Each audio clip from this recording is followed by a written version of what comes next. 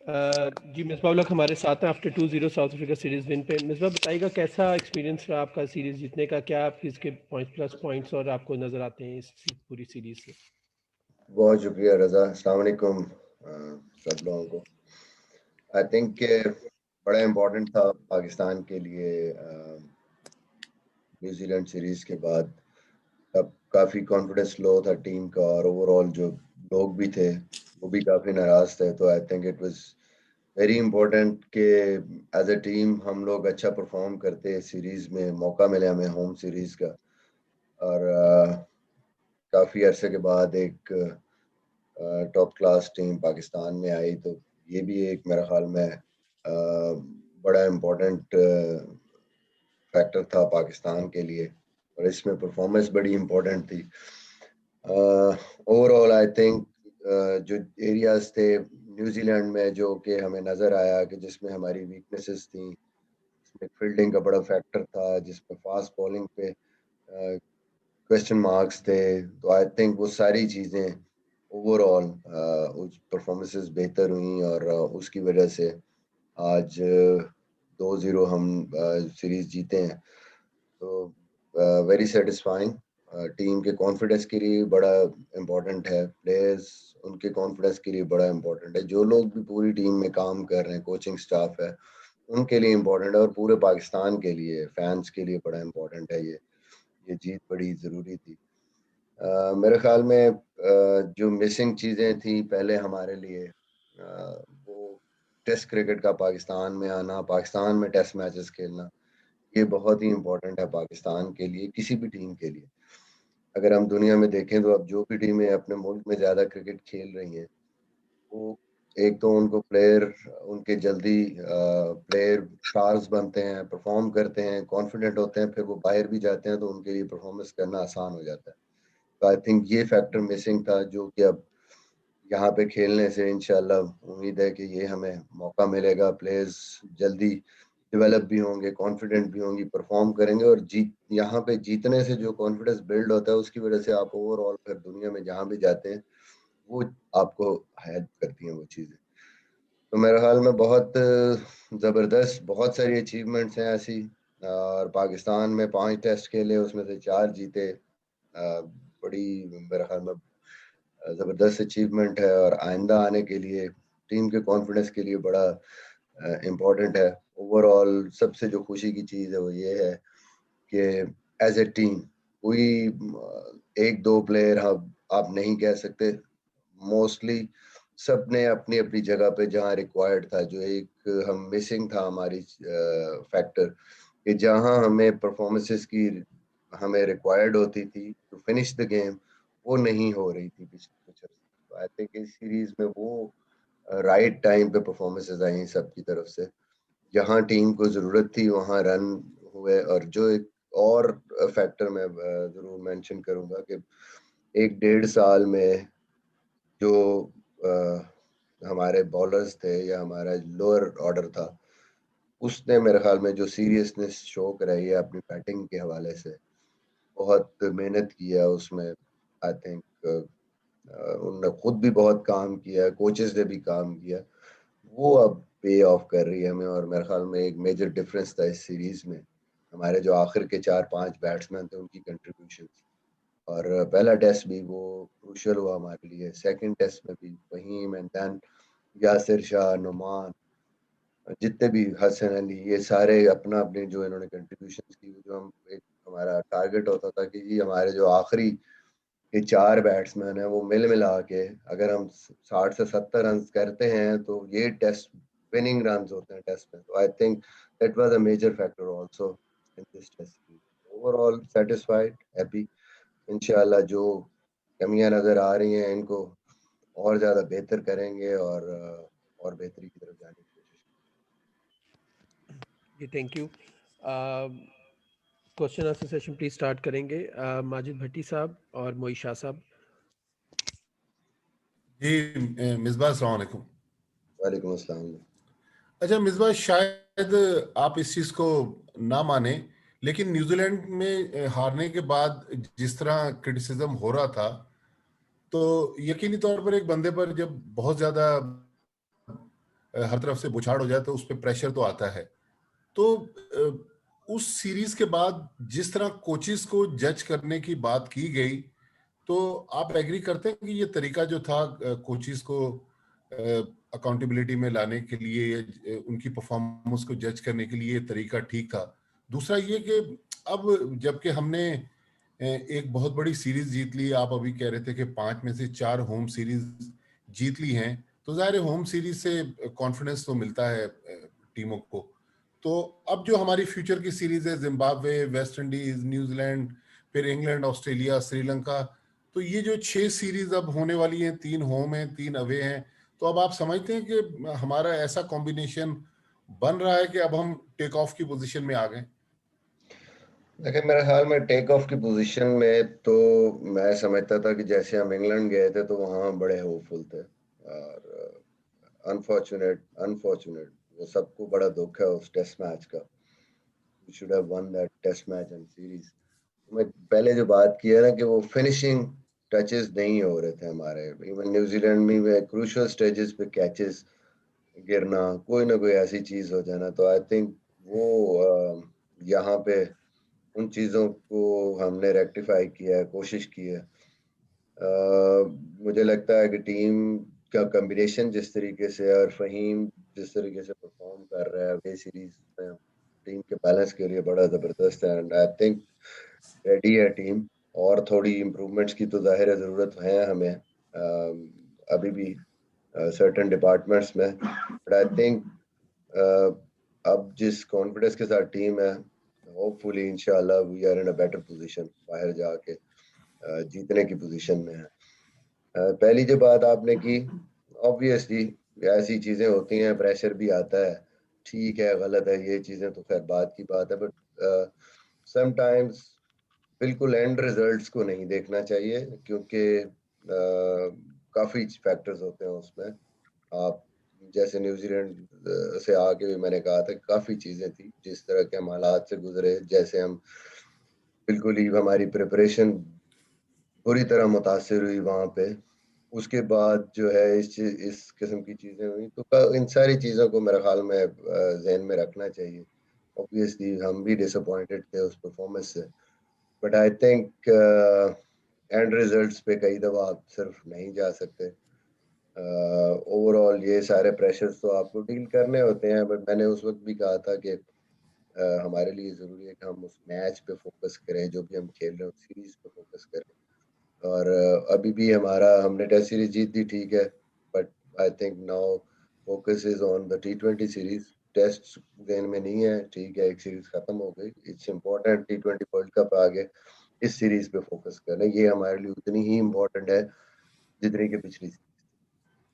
Coaches को जज करने का जो तरीका, ये मैंने वही कहा ना कि कई दफा एंड रिजल्ट्स पे ओके, हमारे बहुत ज्यादा लोग जो है वो रिजल्ट्स पे जाते हैं, और उस पे फौरन किसी एक सीरीज पे जो है शोर मचना शुरू हो जाता है। आपकी परफॉर्मेंसेस होती हैं, बाहर जाके खेलना मुश्किल नहीं होता, आपको सारे सर्कमस्टांसेस देखने चाहिए, but at the same time आप ये भी नहीं कह सकते कि आप जिम्मेदारी नहीं लेते ऐसी परफॉर्मेंसेस की। Obviously team as a coaching staff आपकी रिस्पॉन्सिबिलिटी होती है, कोई एक्सक्यूज नहीं होते, और आपको जवाब भी देना होता है अगर आपकी बैड परफॉर्मेंस है। जहां आपको अच्छी परफॉर्मेंस, अब जीत पे इतनी अप्रिसिएशन मिल रही है, तो फिर आप जब हारते हैं तो आपको क्रिटिसिज्म या उन सवालात के जवाब भी देने होते हैं जो बैड परफॉर्मेंस। Thank you. शायद भाई रिक्वेस्ट है, प्लीज ट्वीट ना करिएगा मुझे इस चीज पे, क्योंकि आपका वो है, प्लीज रिक्वेस्ट है आप सबसे, प्लीज, थैंक यू। जी, अस्सलाम वालेकुम जी। एक तो बहुत मुबारक हो आपको सीरीज जीतने भी, और इतनी कन्विंसिंगली जीतने के लिए। मिसबा, देखा जाता है कि पाकिस्तान में ज्यादातर जब हम सीरीज हारते हैं तो वही थोड़ा सा रिलेटेड क्वेश्चन है, लेकिन फार्मर जो प्लेयर्स हैं वो एकदम चेंज की बातें करने लग पड़ते हैं कि जी कोच चेंज करें या कोच चेंज हो रहा है या इस तरह की बातें, और वो कितना हर्ट करती हैं आपको, और आप क्या मैसेज देंगे उनको इस बारे में कि क्या करना चाहिए। और दूसरा, जो ओपनिंग के लिए थोड़ा सा प्रॉब्लम है पाकिस्तान की, ओपनिंग पेयर सेटल डाउन नहीं हो रहा, इसके बारे में कोई लॉन्गर प्लानिंग है, कोई किस तरह इसको देखते हैं आप? Thank you. जी, सबसे पहली बात जो आपकी है, मैं फिर वही बात करूंगा कि कंटिन्यूटी होनी चाहिए। आप जो टाइम पीरियड होता है उसमें आपको चेक करना चाहिए। फर्स्ट करें, अगर हम 3 साल के लिए आए हैं तो कोशिश करें कि उस वेट करें, देखें कि हाँ जी उसमें अप्स एंड डाउन आएंगे। ये नहीं होगा कि फौरन से आप हर सीरीज जीतना शुरू हो जाएंगे, आपकी कोई बुरी सीरीज नहीं होगी, ये चीजें होंगी। बट मेरे ख्याल में overall in the longer run देखना चाहिए कि टीम की डेवलपमेंट, जो एरियाज हैं जिन पे काम करना है, जो कम्बिनेशंस हैं, जो प्लेयर्स हैं वो राइट साइड पे जा रहे हैं, वो सही तरफ जा रहे हैं, हम लोग डेवलपमेंट ठीक हो रही है कि नहीं। रिजल्ट्स कई दफा आपको थोड़ा टाइम लग जाता है, थोड़ा लंबा टाइम भी लग सकता है जब आप लॉन्गर टर्म पे देखते हैं। तो आई थिंक इस चीज़ को ज़रूर ध्यान में रखना चाहिए। वो फ्रस्ट्रेशन में, डिसअपॉइंटमेंट में कई दफ़ा हम बहुत जल्दी कहते हैं कि जो हमें चेंजेस करने ही चाहिए, लेकिन changes for the sake of betterment होनी चाहिए।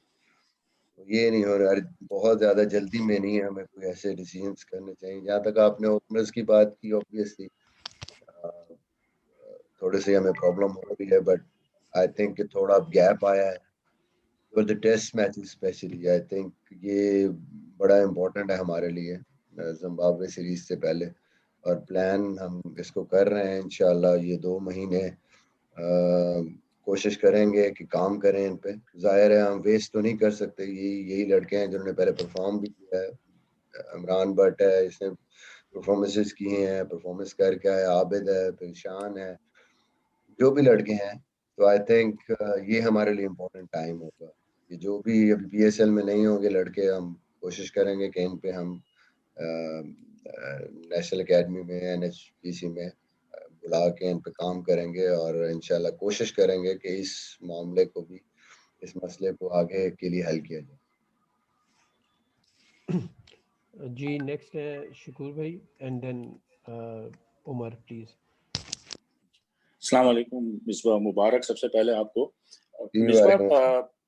यही जिस तरह की सिचुएशन थी, बातें हो रही थी कि लाइफ लाइन आपको मिलेगी नहीं मिलेगी, तो आप समझते हैं कि अब ये जो जीत है इतनी बड़ी टीम के खिलाफ और एक बड़ी जीत, इसने पाकिस्तान क्रिकेट को एक नई लाइफ कह लें या फ्रेश ब्रीथ दिया है? ये जो चेंज आया है आपका न्यूजीलैंड टूर, जिस तरह आपने जिक्र किया, ये एक मतलब माइंड सेट जो है वो रिफ्लेक्ट करता है कि प्लेयर्स जो हैं मतलब उतनी शिकस्त और उस खराब दौरे के बाद जो है वो इतने पॉजिटिव और अटैकिंग माइंडसेट के साथ जो है खेले, ये थोड़ा सा आप बता दें। जी, जाहिर है जी, वो फ्रेश एयर है। ये हमेशा जीत जो है वो आपका सबसे इम्पोर्टेंट है, आपकी आपका कॉन्फिडेंस। और मेरे ख्याल में जब आप अपने मुल्क में आते हैं, अपनी कंडीशंस में आते हैं, तो सबसे पहली जो ये फीलिंग है कि you are playing at home, यही आपको इतनी इतना कॉन्फिडेंस दे देती है कि आप समझते हो कि here we can perform, here we can win. तो उसने काफ़ी हेल्प किया। एंड ऑब्वियसली आफ्टर दैट फिर टफ सीरीज थी, टफ मैचेस थे। पहला स्पेशली जिस तरह टेस्ट मैच था, और जहाँ से अच्छी परफॉर्मेंसेस के साथ कम बैक किया टीम ने, जीते। बहुत टफ सिचुएशंस में गए हम पहले दिन, जिस तरह हमारे जल्दी आउट हो गए शाम को। और फिर इस टेस्ट मैच में भी आई थिंक एक स्टेज पे हम लोग बिल्कुल, वो रिजवान और फहीम की पार्टनरशिप के बगैर ऐसा लगता था कि 200 से कम होगा।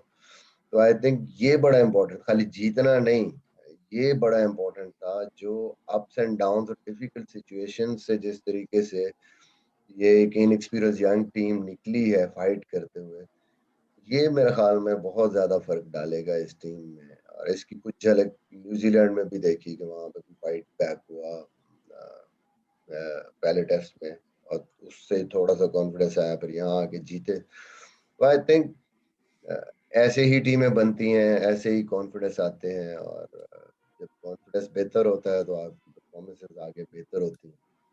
दूसरा सवाल आपने, सॉरी। माइंडसेट जी यही बिल्कुल, था। माइंड, जी माइंडसेट, वही वही बात है ना। मैं पहले नहीं, जब आप अपने मुल्क में आते हैं तो ऑब्वियसली आपका जो आपको कॉन्फिडेंस मिलता है, और फिर आप जाहिर हर्ट होते हैं कि हार के आए हुए हैं, बुरी परफॉर्मेंस करके आए हुए हैं, तो आप फिर कोशिश करते हैं कि ये हमारी जगह है तो हम यहाँ पे उसको वापस लाएं, अच्छा परफॉर्म करके जीतें।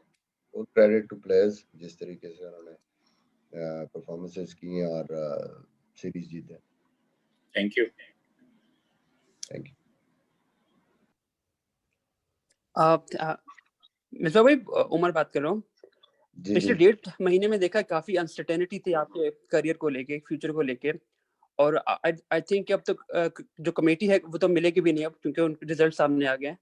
लेकिन एक बड़ी इंपॉर्टेंट बात सामने है कि बाबर आजम को उस मीटिंग के बाद काफी अप्रेज किया गया, ग्लोरीफाई किया गया कि सब डिसीजन वो लिया करेगा, इवन प्लेइंग 11 वो बनाया करेगा, जिसको आपने डिनाई भी किया, आपने बोला मिल मिला के सारा कुछ होता है। लेकिन आपको लगता है कि बाबर आजम की अभी कैपेसिटी या एप्टीट्यूड है कि वो प्लेइंग 11 जैसी रिस्पॉन्सिबिलिटी पूरी कर पाए, और ग्राउंड में भी जो टेस्टिंग टाइम है वो अकेला संभाल पाएगा?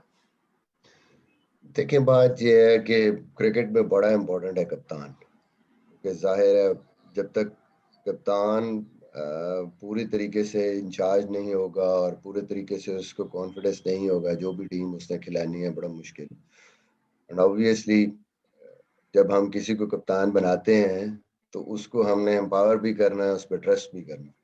तो हमारी भी कोशिश यही है कि बाबर डिसीजंस ले अपने, बिल्कुल हम जहां हेल्प आउट उसको कर सकते हैं ज़रूर करें, क्योंकि at the end of the day आप हर बॉल या हर ओवर के लिए अंदर नहीं है।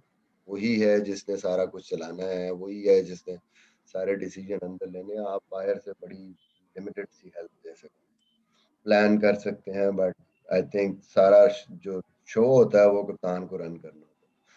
तो ही इज यंग, पहली उसकी इतनी बड़ी टेस्ट सीरीज थी और इतनी आसान टीम नहीं थी, बट ओवरऑल आई थिंक उसकी बड़ी अच्छी उसने डिसीजंस किए, बड़ा अच्छा उसने हैंडल किया। मतलब जो आखिरी दिन भी जिस तरह लंच पे जो सिचुएशन थी मैच की, उसके बाद जिस तरीके से अच्छा उसने टीम को लड़ाया भी, अपने रिसोर्सेज को यूटिलाइज किया, तो दैट्स व्हाट वी वांट। यहाँ पे कोई इख्तियारात की जंग नहीं हो रही कि भाई नहीं जी मेरी सुनी जाएगी। It's all for the betterment of the team. मकसद यही है कि टीम जीते।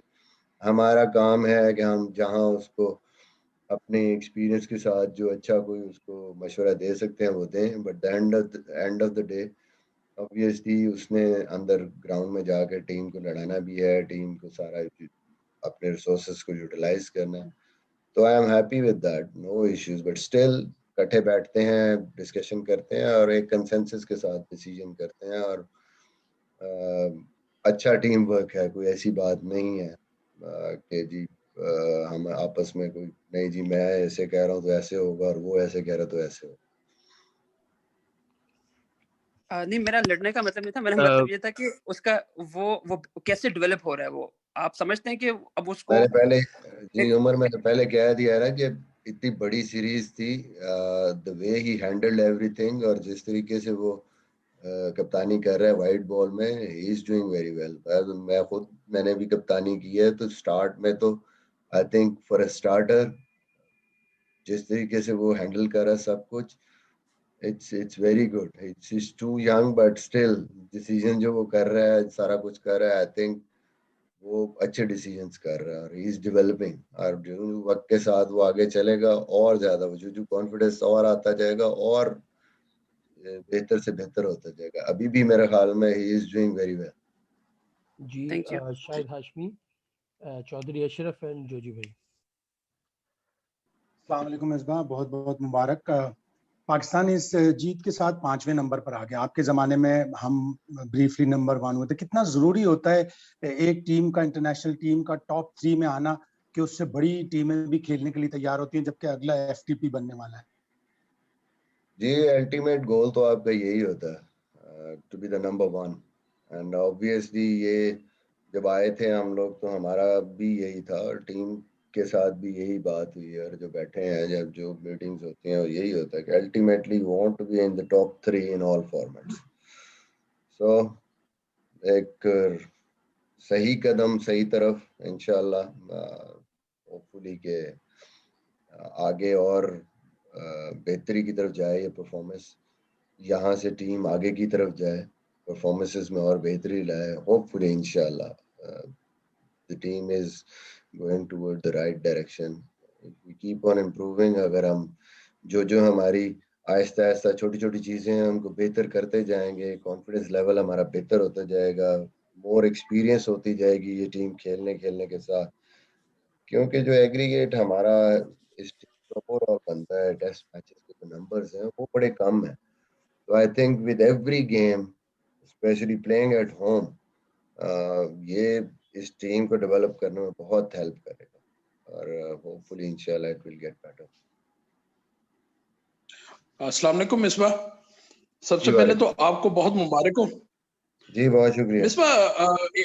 बहुत ज्यादा टॉप ट्रेंड बना हुआ है, कहीं नहीं जा रहा, और जो खिलाड़ियों ने परफॉर्मेंस दी उससे तो अब दिखाई दे रहा है कि खिलाड़ियों ने आपका बहुत भरपूर साथ दिया, टीम मैनेजमेंट का साथ दिया और उन तनकीद करने वालों को एक जवाब दे दिया है। अब पाकिस्तान टीम को आप कहाँ रैंक करते हैं? ये जो 2021 का साल है, क्या हम नंबर 1-2 पे आ जाएंगे? देखिए नहीं, कोई कुछ कह नहीं सकता। जाहिर है आपकी जो गोल्स होते हैं, आपका जो एक टारगेट सेट किया होता है, वो तो आपका यही होता है कि आप हमेशा अच्छा और परफॉर्म करने के खेलते हैं, जीतने के लिए करते हैं। और मैंने पहले भी कहा ना कि आपकी कोशिश होती है कि आपकी टीम एटलीस्ट टॉप 3 में हो हर फॉर्मेट में। तो प्लेयर्स को आई थिंक क्रेडिट जाता है, दे परफॉर्म रियली वेल और बहुत ज़बरदस्त, बहुत मेहनत की है उन्होंने throughout this test series. Hopefully इसको कैरी ऑन करेंगे और बेहतरी की तरफ जाएंगे। ये जहाँ तक जाने आने की बात है, देखें मैं हमेशा कहता हूँ कि जिंदगी में आपको किसी चीज का कुछ पता नहीं है, आपको जिंदगी का पता नहीं है।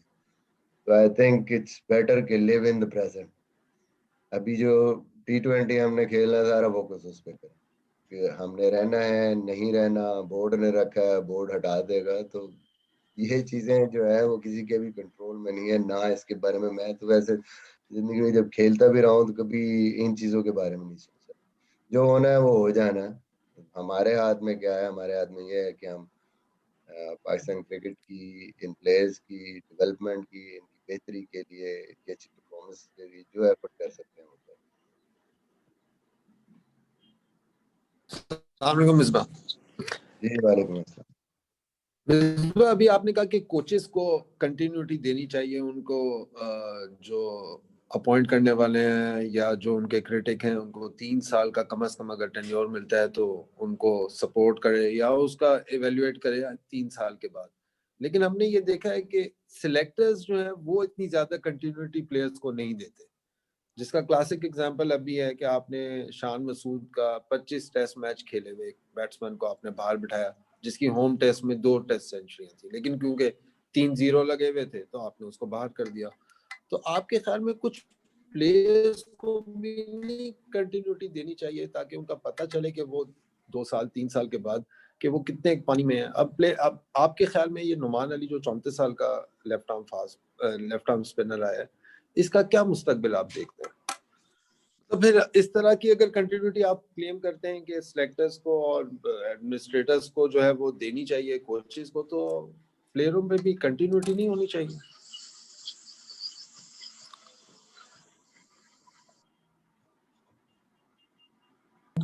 मिसबा माइक म्यूट है, आपका माइक म्यूट हुआ हुआ।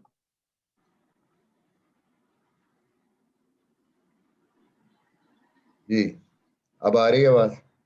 जी हाँ जी, बिल्कुल आपकी बात ठीक है। देखिए प्लेयर्स को भी डिस्कार्ड करने की बात नहीं होती। समटाइम्स फॉर्म की वजह से आप उनको एक सीरीज या 1-2 मैचेस में आप उनको ड्रॉप करते हैं। मैंने पहले ही कहा कि ये बिल्कुल सेम सिनेरियो है, ये वही सिनेरियो है शान का है या किसी और प्लेयर का है। It's all about form. आप इनको डिस्कार्ड नहीं करते।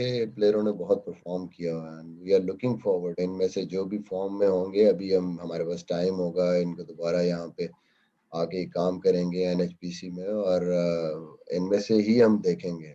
हम इनको ये नहीं कि बस जिसने 2 मैच खेलनी है, अगर परफॉर्मेंस नहीं की तो डिस्कार्ड कर देंगे। ऑब्वियसली इन्होंने परफॉर्म किया होता है। लो इन कॉन्फिडेंस अगर कोई प्लेयर हो जाता है, थोड़ा सा उसका फॉर्म का इश्यू हो जाता है, तो उस पे आप ऑब्वियसली किसी को ड्रॉप करते हैं, रेस्ट करते हैं। बट द मोमेंट वो कॉन्फिडेंस उसका वापस आता है और वो परफॉर्मेंस थोड़ी सी करता है, तो आप उसको वापस टीम में लेके आते हैं। इंशाल्लाह यही कोशिश करेंगे हम भी।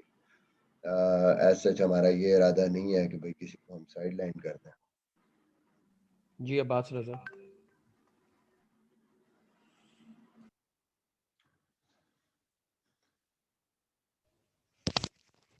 जी अब्बास, आवाज आ रही है आपको? हाँ जी। मिसबा आवाज आ रही? जी जी।